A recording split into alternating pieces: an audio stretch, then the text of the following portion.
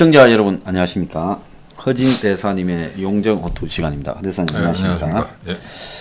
자, 오늘은 지금 미중 관계 뭔가가 물밑에서 이루어지는 것 같기도 하고 아닌 것 같기도 하고 또 남북 관계 종전선언을 중심으로 대선 앞두고 좀 수상합니다. 네.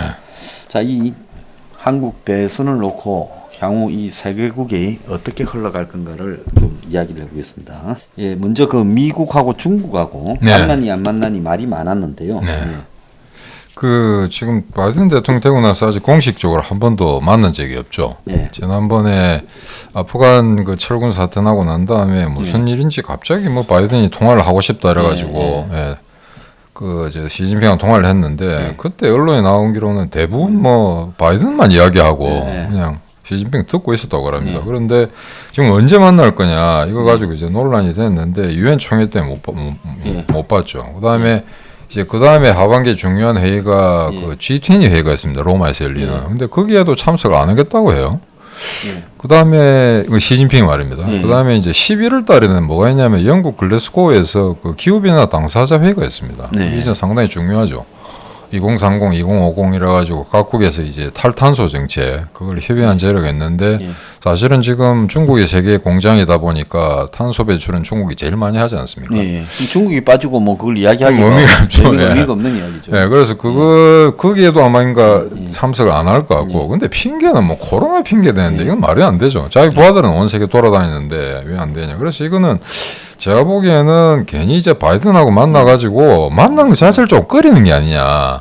왜냐면은 일단 미국이라는 거는 이제 1등 국가다 보니까 룰은 내가 정하고 중국 너는 이제 우리를 따라오는 거야라는 그런 마인드셋에서 접근할 거 아닙니까?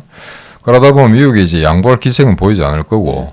그런 데서 이제 중국의 저자세를 보이는 거는 싫어할 거니까 중국 스스로가. 그래서 아마 핑계를 대면서 만나지 않는 게 하는 게 추측입니다 지금. 자세한 내용은 모르겠는데. 그래서 일단 화상회담을 한다고 하는데 이건 전화 통화하는 거 큰 차이는 없을 거라 봅니다. 솔직한 이야기는 못 하고 정해진 각본대로 그냥 스크립트만 읽는 건데 이것도 12일 말이라 그러거든요.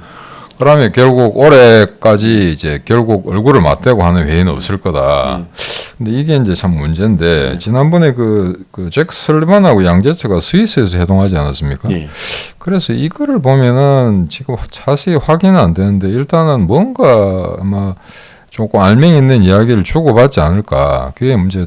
당장 생각해 볼 수 있는 게 이제 경제 문제하고 지금 여러 가지 문제로 이제 경제난으로 중국이 어려운데 결국 이제 인터디펜던스가 하도 심화된 일 세계 경제상에서 중국 경제가 감기가 걸리면 미국에도 다른 나라들이 기침을 할 수밖에 없는 그런 건 현실적으로 인정해야 되겠죠. 거기에 대해서 뭔가 이게 조정안을 낸다는 게 하나가 있고 또 두 번째는 지금 사실은 남중국해 그다음 대만 해협 이런 데 대해서 지금 공군기들 함대 잠수함 지금 엄청난 자산들이 와서 지금 들락거리고 있거든요. 그래서 만약에 이 상황에서 의도하지 않게 무슨 돌발적인 사태가 날 경우에 이게 이제 미중 간의 어떤 극단적인 대립으로 갈 우려가 있으니까 그런 거는 우리 좀 사진에 피하자. 그런 이제 두 가지 문제를 가지고 어느 정도 수위 조절에 들어간 게 아닌가 그렇게 현재로서는 보고 있는 것 같습니다. 자, 그래서 지금 양제츠하고 설리반이 굳이 만나서 회동을 했다라는 거는 지금 궁지에 몰린 지지율 궁지에 몰린 이 미국 대통령 바이든과 또 최근에 이제 이 자신의 이제 3년임 내년에 이제 결정되는데 그런데 이제 그게 사실 실질적으로는 6중 전행가 하는 데서 11월 달 열리는데 거기서 이제 결정이 된 걸 내년에 그냥 발표하는 거라는 거예요. 그런데 이제 이 시진핑이 그런 절차는 걱정도 안 했는데 이 6중 전에는 중앙위원들이 이게 또 다 참가하는 모양이에요. 270 몇 명인가 그러대요. 3명인가. 중국 당의 중앙위원들. 그런데 이제 거기서 중국의 현재 요 근래 한 30년 중국의 역사 중에 시진핑도 자기의 지금 이 경제적 여건, 환경 이런 부분들을 공동 부유라고 말했는데 한참 멀어지고 있지 않습니까? 그래서 이 두 가지 아쉬운 점이 지금 이 미중 정상회담 추진을 협의하게 됐는데 이 부분에 대해서 최종 결론은 화상회의란 말입니다. 그럼 왜 이렇게 됐을까? 참 그 부분을 한번 어떻게 보십니까? 그래서 이걸 지금 저는 이제 지금 분명한 근거를 가지고 드리는 말씀은 아닌데 이런 여러 가지 사태가 이제 양측의 이제 불리한 상황에서 섣불리 얼굴 대고 만났다. 근데 얼굴 대고 만나기 전에 특정한 이제 의제를 가지고 이야기를 하죠. 그런데 지금 현재 이 의제가 합의를 내기가 힘들 겁니다. 지금 현재로서는. 지난번에 미중이 제 최초에 만났을 때는 알래스카 했지 않습니까? 그때는 이제 서로 기싸움이니까 아무런 이야기 안 하고 서로 이제 싸우다가 말았는데 이번에 이제 설리반 양제스가 이제 회동을 했고 이러면 이제 다음 차기 주도적 정상이 만날 때 이런 포맷에서 이야기를 하자고 이야기를 하겠죠. 하는데 소장님 말씀대로 둘 다 지금 사정이 어려우니 일단 만나기는 만나되 다만 지금 현재로서는 화상회담을 하더라도 핵심적인 사안은 건드리지 않을 것 같습니다. 왜냐하면은 지금 보시면은 겉으로는 이제 유화적인 은사도 좀 왔다 갔다 하고 그다음에 화해에 뭐 딸을 갖다 풀어준다든지 이런 약간의 이제 연결 고리들을 발견할 수 있는데 최근에 보면 또 미국이 그 스스로 그 뭡니까 그 WSG 전을 통해 가지고 미 특수부대가 지난 1년 동안 대만 내에서 훈련을 하고 있다. 이건 사실은 지금 뭐 이 안보적인 측면에서 중국으로서는 상당히 이제 쇼킹한 이야기인데 이거를 미국 스스로 밝혔단 말입니다. 그래서 두 나라가 다 강원책을 다 구사를 하고 있어요. 한쪽으로는 외교적인 통로를 갖다 차내를 계속 유지하겠다는 뜻을 밝히면서도 또 한편으로서는 뭐 그냥 100대 전투기를 동원해가지고 대만을 위협한다든지 그게 뭐 영공은 아니고 이제 방공식비를 또 구입을 최근에 합니다만 보면 미국이 저기 대만군을 소수의 특수부대가 훈련을 시키고 있다. 그렇죠. 예. 지금 그렇죠. 그런 말도 또 있잖아요. 예. 그거는 뭐 미국 애들이 이제 언론을 통해서 밝힌 거니까. 그게 보니까 언론에 나온 걸 다 믿을 수는 없습니다만 미국이 감추고 있는 걸 미국 언론이 밝힌 게 아니고 미국 정부가 스스로가 이거 뭐 이야기해도 된다. 뭐 이런 식이니까 지금 이 미중 관계가 실제 밖에서 이야기하는 거, 그다음에 언론에 내는 메시지, 그다음에 둘이가 저렇게 스위스 만나가지고 회동하면서 무슨 이야기를 할까 지금 현재로서는 파악하기가 상당히 힘든데요. 지금 소장님 아까 말씀하신 것처럼 지금 현재 두 정상이 사실은 조금 코너에 몰려 있습니다. 둘 다 국내적인 문제로. 예. 아프간 사태 같은 경우에 이제 그걸로 인해 가지고 지금 계속 인기가 하락해서 드디어 뭐 40%선이 붕괴됐더라고요. 지지도가. 문재인하고 비슷한 수준 아니겠습니까? 지금 현재로서는 30% 말 때. 그래서 그런 상황에서 여하간 어떤 식으로든 만나서 왜냐하면 미중 정상이 이렇게 한 번도 얼굴을 마주하지 않은 적은 없었습니다. 지금까지 역대 대통령들이 다 당선됐을 때 말이죠. 그래서 이런 불편한 관계를 시정해야 되는데 그럼에도 불구하고 서로가 지지 않겠다고 지금 대내적으로 이제 강한 프로파간다를 내세운 상태에서 우선 극적인 타협을 할 가능성도 없거든요. 지금 현재로서는.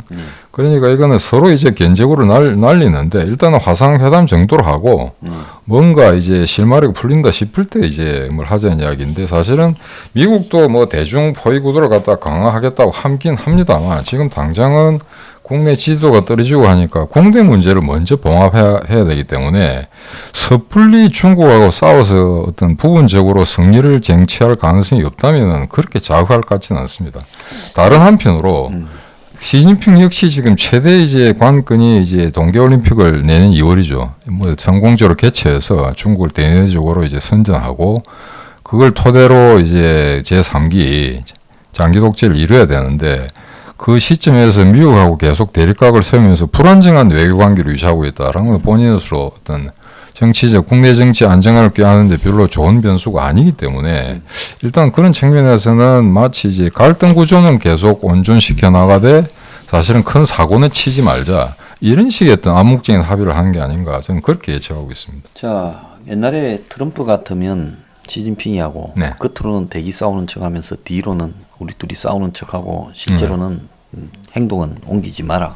뭐 이렇게 됐는데 이거는 이제 시진핑이하고 바이든은 좀 트럼프처럼 이제 노골적으로 이 양면성을 보이기가 어려우니까 이제 시진핑이가 좀 부담을 느끼고 있어서 바이든의 속셈이 뭔가를 좀 타진을 해서 내 저기 3기 연임이 확정될 때까지는 미국이 좀 사고치지 마라 하는 이야기를 좀 하고 뭐 뒤로는 또 시진핑이 직접 말하는 게 아니라 양제처가 설리반한테 하는 거니까 그럼 우리가 중국이나 이런 부분을 가지고 내 3기 연임 될 때까지는 뭐 대만이나 이런 부분을 가지고 사고를 치지는 않겠다 뭐 이런 것들을 서로 전달해서 각자의 가이드라인을 이렇게 좀 확인을 그렇죠. 예. 했을 가능성이 그래서 있죠. 지금 이 보시면은 그 중국에 우리가 왕위를 외교장관으로 칭하지 않습니까? 외교부장. 그럼 이쪽 카운터파트는 이제 블링켄인데 이 두 사람은 그간에 몇 번 만났죠. 전화 통화도 하고. 그런데 사실은 이 중국이 공산주의 국가이기 때문에 이 두 사람의 만남보다는 사실은 슬리반하고 양제츠 회담 때 더 긴밀한 이야기가 왔을 가능성이 많습니다. 각자 자기 오너들한테 솔직하게 이야기할 수 그렇죠. 있는. 서열도 양제츠가 더 높거든요. 근데 이거 보면은 그게 생각나는 게 옛날에 왜 그 2차 대전 영화 같은 데 보면 소련군의 코미사르라고 있지 않습니까? 정치위원들. 각 부대에 다 포함되어 있어요. 정치위원들이. 그러니까 군사령관, 군지관이 있는데 제가 군사 전문가들 하면서 이제 시시콜콜하게 이제 간섭을 놓는 사람들이 코미사르인데 이 구조도 마찬가지입니다. 중국 외교부도 보면은 왕위가 이제 가오마담인데 실질적으로 당의 어떤 핵심적인 내용 그걸 갖다가 외교 정책에 전이시키고 하는 그런 거는 사실 양제츠가 총대매고 있고. 그러니까 이런 측면에서는 이제 그 설리반이 이제 국가 청와대 이제 백악관의 국가안보보좌관이기 때문에 내밀한 이야기는 훨씬 더 아마 양제츠하고 쉽게 나눌 가능성이 높지 않느냐. 그래서 이쪽 회담이 더 가능성이 높을 겁니다. 설리반은 뭐 바이든이 부통령 할 때도 또 바이든의 그 외교 자문을 했고 하니까 오래된 보좌관이다 이래 봐야 되니까 깊숙한 이야기를 해서 자기들끼리 한계를 갖다가 각각 이야기를 했을 수가 있는데. 중국이 뭐 내년 올림픽과 시진핑의 3기 연임, 3년임으로 가기 전까지는 뭔가 크게 사고를 칠 것 같지는 지금 않은 상황이에요. 지금 곤란하죠. 만약에 대만 문제 이런 것 때문에 어떤 뭐 유혈 사태가 났다는 할 경우에 그럼 미국 러시아는 맹방들이 당연히 이제 동계올림픽 보이콧은 이런 극단적인 조치를 취하게 되겠죠. 그래 되면은 대부분 나라들 옛날에 그 냉전 시대처럼 국가들의 절반만 북경으로 참석하는 이런 꼴이 되면은 이게 자기들이 이제 패권을 갖다가 쟁취하겠다는 중국으로서는 상당히 이제 큰 데미지가 되기 때문에 그거는 굉장히 조심스럽게 아마 접근할 것 같습니다. 최소한 올림픽하고 그다음에 3기 거기서 자기 어떤 그 세 번째 임기를 갖다가 완전히 착근시키기 전까지는 큰 모험은 하지 않을 거로 보는 게 아마 타당할 것 같습니다. 그 이번에 이제 저한테 들어온 이야기도 보면 종전선언 부분과 관련해가 지금 미국의 이 시진핑하고 그러니까 중국의 시진핑과 미국의 바이든이 정상회담을 실제 만나서 할 가능성이 있으니까 우리도 거기에 종전선언 대북 제재 해제를 집어넣자. 하려고 하겠죠. 한국의 대통령이 바이든과 시진핑이 만나는데 한국의 국익에 관한 의제를 넣어야 될 건데 북한의 국익에 관한 의제를 집어넣으려 했어요. 물론 이제 화상으로 되기 때문에 그게 좀 되기 이제 물 건너 가겠지만 좀 웃기지 않습니까? 그 이번에 서후이가 갔지 않습니까 미국에? 미국에 가 있죠. 미국과 설리반하고 이제 만난 사진도 이제 공개됐는데 그 내용을 보니까 종전선언 서훈이는 분명히 이야기했겠죠. 그런데 그 나중에 그 디브리핑 할 때 그 이야기는 저는 나오질 않았어요. 그건 아마 설명을 했는데 설리반이 아마 가타부터 답 안 했을 겁니다. 그래서 지금 빠졌을 거라 보는데 급히 간 것도 지금 이 회담 때문에 가서 이 찬스에 붙들어 매야 되겠다 이렇게 했을 거예요. 지금까지 문재인 정권의 행각을 봐서는 서울이가 그러면 무슨 이야기를 할까?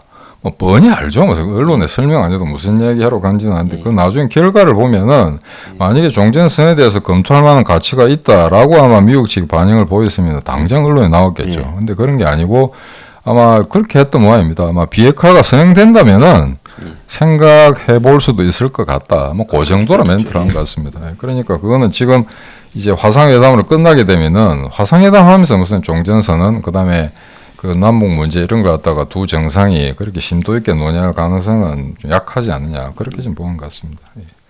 그런데 지금 이 종전선언 관련해 가지고 앞에 묘한 시기에 그 BBC에서 아마 폭로가 터졌더라고요. 그 정찰 총국장 우리 간첩 하나가 근데 그걸 뭐 100% 믿어야 될지 모르겠는데 문제는 BBC가 그게 함부로 찌라시 같은 그런 그 뉴스를 내보내기 위해서 사람을 함부로 이렇게 인터뷰하지는 않거든요. 영국에 상당히 최고 근위 있는 공영 방송. 그래서 그건 어느 정도 뭐 100% 우리가 믿지 못하지만 어느 정도 신빙성이 이야기다 싶은데 뭐 우리 쪽에서는 국정원에 이제 그런 일 없다고 하는데 사실은 수학님 그 기억을 되살려 보면은 김대중 집권하자마자 바로 국정원에 간첩 사건 나왔었거든요. 간첩 잡았습니다 그때. 근데 저희들이 듣기로는 그때 아마 그 김대중이 아마 조금 이게 노골적으로 이야기하자면 간첩 잡지 마라 라고 했는데 그 당시로서는 아마 국정원 내 일부 분파들이 상당히 반기를 들었겠죠. 이래도 간첩을 안 잡겠느냐. 간첩은 있어 왔습니다. 간첩은 있어 왔는데 이번에 이 양반이 하는 이야기 보면 묘하게 또 10월 11일 날 했더라고요. 그 노동당 창건 하고 나서 여러 가지 행사하고 나서 이제 이 양반이 BBC에 나왔는데 간첩은 지금도 있죠. 지금도 있는데 지금 제가 알기로는 이번에 지방선거 끝나고 나서 완전히 민주당이 싹쓸이를 했기 때문에 제가 창원의 경상남도 도청에도 보면 수상한 놈들 좀 있어요. 이게 도대체 근본을 알 수 없는 도대체 뭐하고 돌아다니는 놈인지 알 수 없는 운동권 개배하고도 전혀 관계가 없는 이런 애들이 지금 보좌관 이런 애들 들어와 있거든요. 그래서 이게 아마 민주당이 잡고 있는 각 지자체는 수상한 놈들이 굉장히 많을 겁니다. 그런데 이걸 우리가 문제는 이제 그냥 확실한 증거 없이 우리가 하더라 하는 이런 이제 인구에 회자되는 그런 이야기를 BBC 방송을 통해서 이제 고발을 했다는 내용인데 이것만 봐도 뭐 전국에 얼마나 많은 간첩이 있느냐는 우리가 충분히 예상할 수 있겠죠. 근데 제가 그 독일 통일되고 난 다음에 독일 대사관에서 근무할 때 그 과거에 KGB 한 사람들을 잠깐 만나서 이야기를 나눈 적이 있었는데 물론 비공식 회담이었습니다. 스타시 동독에? 예. 근데 그 당시에 서독 통일될 때 서독에만 동독이 아니라 서독에만 동독 간첩 행위를 했거나 아니면은 동독 여하간 무의식적으로 간첩 행위를 할 수밖에 없는 그런 위치에 있었던 사람이 35,000명 이상이 있었다 그러거든요. 예. 그건 동독에 이제 자료를 통해가 그렇죠. 예. 근데 막상 통일되고 나니까 다 기소는 못했다 그럽니다. 너무 많은 시간과 이제 에너지가 들기 때문에 그래서 아주 핵심적인 사람들만 잡아서 이제 고발을 하고 했는데 서독에 35,000명 같으면 우리나라 몇만쯤 될 거예요. 10만 원 넘다고 봐야 되거든요. 그때 이제 서독에서 이 시민운동의 방향이 반핵으로 흘러갔는데 미군 기지 옆을 둘러싸갖고 포위를 해서 미군 기지에 있는 전술 핵미기를 빼라. 그 뭐 포싱 미사일 그런 뭐 거를 굉장히 많이 했죠. 근데 그게 다 지금 동독에서 서독으로 이 잠입한 그 스파이들이 했다. 그리고 또 심지어 뭐 그 보니까 드라마도 있더라고요. 동독에서 스파이가 요즘 그런 거 많죠. 신분 세탁을 해가 군인으로 해가지고 서독 군에 잠입을 해서 장군의 보좌관을 하고 하는 그런 것도 있는데. 아니 심지어 뭡니까 빌리 브란트 총재 실각 될 때 그게 여자 비서. 그다음에 그 남자도 기욤이라고 공군 동독 현역 공군 대위였어요. 그 애가 이제 여자 비서를 다 내연 관계로 만들어가 정보를 뺐지 않습니까? 민함계. 그러니까 사실은 그게 뭐 실제로 그냥 그 꿈속 이야기가 아니고 실존했었던 이야기네, 간첩들 이야기네. 그래서 그런 일들이 지금 굉장히 많았다. 그럼 만약에 한국은 어땠느냐 보면 한국은 아마 뭐 지자체, 행정부, 청와대에 수두룩할 거라고 보고 있습니다.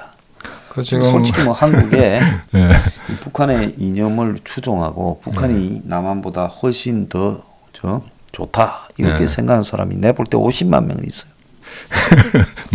나중에 아마 정권 바뀌면 이제 확인할 길이 있겠죠. 근데 지금 이게 10월 10일 날이 이제 노동 창건인데 보통 같으면 이날 이제 대규모 군사 퍼레이드 같은 거 하는데 지난번에 했다고 이번에는 뭐 그런 거 안 하고 뭐 무기 박람회를 하더라고요. 뭐 국방 전시회인가 박람회인가 뭐 그거 하더라고요. 그래갖고 맥주를 생맥주를 놓고 앉아서 먹고 자빠졌어요. 내가 그래서 저게 진짜 김정은인가? 근데 이거는 좀 정말 이상합니다. 그 4일씩에 나왔던 밤에 하는 군사 퍼레이드 나왔던 사람하고. 얼마 전에 또 이렇게 TV 한번 나왔었죠. 그 사람하고 엊그제 이제 박람회 나왔다는 사람 너무 다르거든요. 사람 조금씩 다르거든요. 그래서 이건 뭔가 좀 이상한데 그다음에 그 이제 뭐 장군들이 가슴에 이제 훈장을 주렁주렁 달고 나왔더라고요. 근데 여기서 하나 좀 쇼킹한 거는 이거 뭐 전 언론에서 다 달았습니다만은 얘가 이게 지가 하는 말이 이게 딱히 또 멋있다고 생각하는 모양이죠. 전쟁 자체가 주적이다. 남한이나 미국은 우리의 주적이 아니다. 무조건 반전이다. 아니, 그럼 6.25 하는 마음 자체가 주적이다 이런 거죠. 6.25 저거가 먼저 쳤는데 그걸 가지고 전쟁 자체가 주적이다. 이거 웃긴 소리인데 이걸 갖다가 한겨레 신문하고 그다음에 또 이상한 점 뭡니까? 경향신문 말고 빨개 신문이 또 있더라고요. 내일 신문이라고. 있죠. 내일 신문은 완전히 그건 노동신문 기관지 같은 건데 내일 신문 누가 읽습니까? 내일 신문은 내일 읽으면 되니까 자꾸 연기돼서 아무도 안 읽을 것 같은데 외교부에서 자꾸 그걸 갖다가 스크립을 저한테 보내줍니다. 그런데 그 신문에 보면은 이게 김정은이가 확 바뀌었다. 전쟁 자체가 이게 주적이란다. 얼마나 평화주의자나. 이 연사를 갖다가 소중하게 다뤄서 또 우리가 손에 손잡고 북한과 마주 앉아야 된다. 또 이런 그 이야기를 무기 박람회에서 하는 사람은 나도 처음 봅니다. 그러니까 이게 뭔가 이게 뭐랄까 무슨 블랙 코미디도 아니고 무슨 이게 북한 느와르도 아니고 좀 이상하죠. 그러니까 그 어색하게 그러니까 박람회라는 게 사람이 들락거리면서 봐야 되는데 저것만 보고 있더라고요. 저것만 또. 보고 예? 있고 거기에다가 또 테이블을 놓고 맥주 예. 테이블을 놓고 예. 그래가지고 생맥주를 한 잔씩 먹으면서 한다. 이게 참으로 그래서 이제 이 이야기가 결국 지난번 또 지난번에 소장님 말씀하신 것처럼 지금 대선을 앞두고 이제 굉장히 중요한 시기인데 다시 한번 이야기 드립니다만은 이제 중국과 중공과 북한은 이 미북 대화 자체에 관심은 별로 없고 설사 이제 성사된다 하더라도 별로 알맹이 있는 내용을 확보할 수가 없기 때문에 거기는 별로 관심이 없고 오로지 내년 대선에 한국의 민주당 정부가 다시 재집권하는 거 거기에 모든 혈안이 돼 있다. 일단 그걸 갖다 전제 조건을 깔고 현상을 보시면은 이해하기가 편할 것 같습니다. 그래서 막 결론적으로 말씀드린다면은 이제 내년 대선에 이게 중공, 한국, 북한 이게 한패가 됐거든요. 예. 그래서 지금 보면 김정은이가 점차적으로 한국을 끌어넣는 예. 그런 양상을 하고 있잖아요. 실제 예. 정상회담까지 할 수 있다라고까지 설 흘리면서. 예. 예. 그래서 내년 대선과 관련해서 북한이 작동할 여지를 미리 어느 날 갑자기 그리 된 게 아니라 우리가 미리 운을 뗐다라는 식으로 지금 알리바이를 만들고 있는 모양이 딱. 그러니까 이 전쟁 자체가 주식이다 이 표현만 하더라도 내가 굉장히 양보했다. 나 굉장히 평화적인 메시지를 여러분한테 전달한다. 그러니 뭔가 액션을 보여라. 라고 하면서 또 미국은 또 어지간하게 또 쉽습니다. 그러니까 미국이 이제 조건 없는 대화를 하겠다고 하지만 북한에 대한 적대적 행위를 멈췄던 어떤 행동력 근거도 없다. 이런 식으로 표현을 했거든요.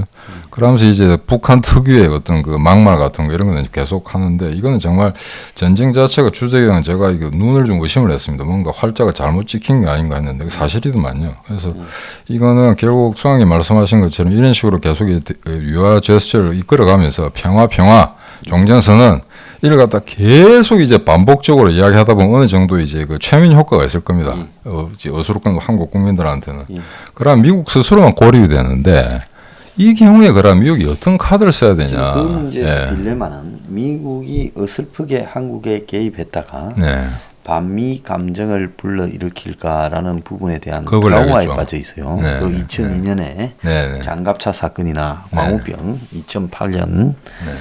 근데 이제 미국도 시간이 여유가 별로 없다라고 생각하고 여기서 한국하고 미국이 갈라서거나 아니면 계속 가거나 하는 갈림길이기 때문에 미국도 미국 나름대로 한국의 대선에 어떤 형태로든 승부수를 던져야 된다. 이런 시각이 필요한데요. 이게 미국의 정보를 보고하는 한국 여기 대사관에 있는 사람들 국무부 쪽. 안 가면 또 여기 들어와 있는 미국의 무슨 CIA도 많이 있겠죠. 이런 사람들이 그렇게 고급적으로 정보를 분석하는 부분이 아니라 상당히 한국에서는 이 한국화 시켜버려요. 집요하게 접촉을 해서. 그래서 그런지 지금 9개월 동안 저 해리스에 대해서 후임을 아직 선정하지 않았거든요. 그러니까요. 대한민국 역사에 이런 적이 없었습니다. 그러니까 표면적으로 보면은 그만큼 미국도 한국을 의심적인다는 이야기거든요. 존중하는 국가라면은 이렇게 공소를 놔둘 수가 없습니다. 만약에 일본하고 영국 대사자를 갖다 이렇게 놔둔다 그러면 난리가 나죠. 그러니까요. 근데 문제는 이제 지금 현재 해리스 대사 후임이 없다는 이것도 언론에 나오지는 않습니다. 이제는. 이런 상황이니까 이 어정쩡한 이런 관계가 이게 뭐 그냥 대수롭지 않은 것처럼 이제 언론이나 대중들이 생각이 되거든요. 그래도 한국에 최근에 있어서 한국 사정을 잘 아는 미국인으로서 한국 대선이 내년에 굉장히 중요하다 한미 관계에서 그렇게 발언을 했더만요. 네, 그래서 지금 답답한 거는 물론 디lem마를 지금 미국이 느끼고 있다는 건 충분히 이해를 합니다. 왜냐하면은 이번에 서훈이 갔을 때나 또 VOA 방송할 때도 보면은 계속해서 똑같은 얘기 반복입니다. 조건 없는 대화를 하겠다. 그런데 북한은 지금 조건을 걸고 대화를 하거든요. 그러니까 제재 해제하고 그다음 북한에 대한 어떤 그 적대 행위를 멈춰라. 그 두 가지 조건이 성사되면은 대화를 하겠다는 거거든요. 대화가 안 되는 거죠. 그러면은 면담 자체가 안 되는 건데 그러면 계속해서 똑같은 말만 지금 앵무새처럼 할 거냐? 그게 아니고 이쯤 되면 이제 몇 달 안 남았기 때문에 미국이 아마 스탠스를 아마 좀 정해야 될 것 같습니다. 그 말하는 강도나 그다음에 방향. 그래서 설사 너그 세 나라 중국, 북한, 남한이 짜웅해가지고 뭐北京에서 그냥 뭐 종전선언 하든 말든 미국은 그와 전혀 뭐 개입할 의지가 없다고 아예 그냥 까놓고 이야기하든지 아니면은 그 세 나라, 그러니까 한국을 포함해서 이 작당을 하는 이 세 나라가 꼬들길 수 있는 다른 방법을 찾든지. 미국이 2007년이 아니라 97년에 네. 한국에서 최초의 사실상 정권 교체가 되려고 하는 DJ 등장에 앞서서 네. 그때 미국이 굉장히 전략적으로 한국에서 DJ로 미지수인 진짜 좌파인지 저 사람이 그렇죠. 좌성향인지 예. 그런 사람이 대통령이 될 가능성이 높아진 한국의 대선에서 네. 미국이 한국을 어떻게 통제할 건가라는 부분에 네. IMF라는 상황을 만들어내 가지고 사실상 통제를 했거든요. 네. 저는 그때 IMF로 안 가게 하려면 얼마든지 할 수 있었다고 봅니다. 네. 미국이. 네. 근데 한국 IMF로 보내버리고 한국 경제에 숨통을 쥐고 그리고 대선 후보들한테 전부 각서를 받았잖아요. 이거 협조하겠다. IMF의 프로그램에 협조하겠다. 그래서 꼼짝만에 길 좀 전 들여놓겠다는 대선 거죠. 후보가 다 예. 각서를 썼거든요. 나라로 입장으로 보면 좀 굴욕적이기도 하고 하지만 네. 미국의 입장에서 봤을 때는 대선 결과가 최악이 오더라도 그 최악에서 통제할 수 있는 방법은 안 놓치겠다. 그리고 나중에 보면 미국이 DJ가 또 지금 미국도 정권이 바뀌어서 클린턴에서 네. 부시로 됐잖아요. 그렇죠. 예. 부시 아들 부시하고 W 부시하고 DJ하고 관계가 최악이었음에도 불구하고 미국이 어쨌든 잘 마무리를 해갔어요. 당시 DJ가 그 뭐 북한하고 6.15 정상회담을 하고 뭐 이런 과정에서도 네. 그런 걸 본다면 미국 자체의 지금 한국의 통제하는 능력 자체가 굉장히 떨어져 있다. 이렇게 지금 봅니다. 그렇죠. 그때만 하더라도 미국이 강한 레버리지를 지니고 있었는데, 근데 지금은 이제 좀 이해가 안 가는 게, 그때 김대중 때 한번 이제 경험을 했고, 그 다음에 노무현, 이제 소위 말해서 남한 내 좌파 정권 3기를 맞이했는데, 이제 이쯤 되면 15년을 경험했잖아요, 미국도. 그러면 만약에 자기들이 여기서 어떤 술수를 쓰자면 내년에 자기들한테 굉장히 불리한, 미국에 굉장히 지정학적으로 불리한 어떤 그 조건이 형성된다는 걸 갖다가 아주 심각하게 깨달아야 되는데, 지금 현재 그냥 그 입으로 나오는 언사만 보면은 별 내용이 없는 것 같아요. 의도도 없고. 지금 어쩔 줄을 모르고 있는 그런 상황 같은데요. 그러다 보니까 사실은 자기들이 이제 그 외무성 공식 성명을 토하기는 너무 민감하니까 자꾸 옛날 전직 고위 관리들 입을 통해서 하고 싶은 이야기를 하는 것 같습니다. 그래서 최근에 그 허버트 맥마스터인가요? 지난 정권 때 그 외교부 실장, 우리 지금 실장이죠. 외교부 보좌관이죠. 그 양반이 아주 미친 짓거리 인세너티라는 표현을 썼습니다. 그러니까 아인슈타인의 그 격언을 갖다 인용해가지고 동일한 결과를 어차피 날 그런 일들을 갖다 계속 반복해서 하는 건 정말 미친 짓이다. 이거는 이제 그 대북 정책을 이야기한 거죠. 툭하면 이제 뭐 스냅 또는 뭐 고오프 정책을 쓰겠다. 근데 북한이 이제 말을 잘 들으면 이제 제재를 풀고 또 다시 뭐 비핵화에 별 진전이 없으면 원래대로 돌아가겠다는 건데 이미 그거는 지난 수십 년을 해보고 경험한 바이지 않습니까?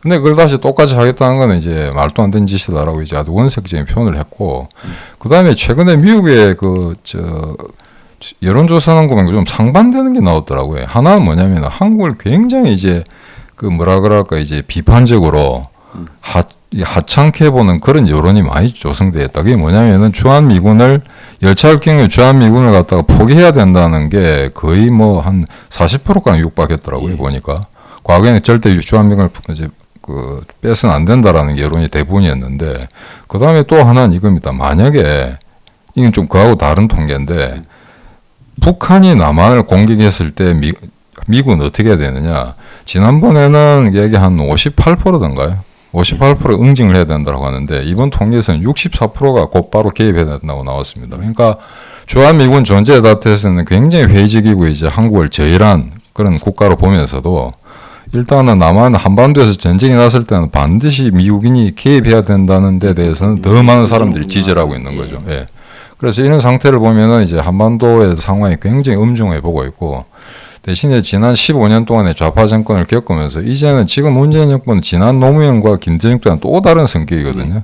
근데 이게 만약에 다음 4기로까지 연결되는데 또 민주당이 잡아탈 경우에는 아마 그간에 조금이라도 갖고 있는 레버리지마저 잊어버릴 겁니다. 잃어버리게 될 겁니다. 그래서 이거는 미국이 지금 현 이 시점에서 총선이 한 5개월도 채 남지 않았는데요. 여기서 아마 분명한 입장을 정리를 해서 한국 국민들 또는 한국 정부한테 분명한 입장을 전달하지 않으면은 그냥 흐지부지 넘어가서 내년 2월에 그냥 북경에서 종전선언이 발표되는 그런 양상이 안 된다는 보장이 없거든요. 그 점을 지금 현재 좀 우려해야 될 것 같습니다. 예, 최근에 미국에서 이재명이 당선 이 후보로 확정되고 난 이후에 이 나타나고 있는 공포감이 상상을 좀 초월한 수준으로 가고 있는 것 같아요. 그래서 한국이 지금 중요한 갈림길에 있다라는 부분입니다. 예. 자, 오늘 그 1부는 허대사님 모시고 이 미북 그리고 또 중국, 남한 이렇게 네 나라가 대선을 전후로 해서 어떤 입장을 가질 것이냐라는 부분에 대해 이야기를 해봤습니다. 자, 마치겠습니다. 감사합니다. 감사합니다.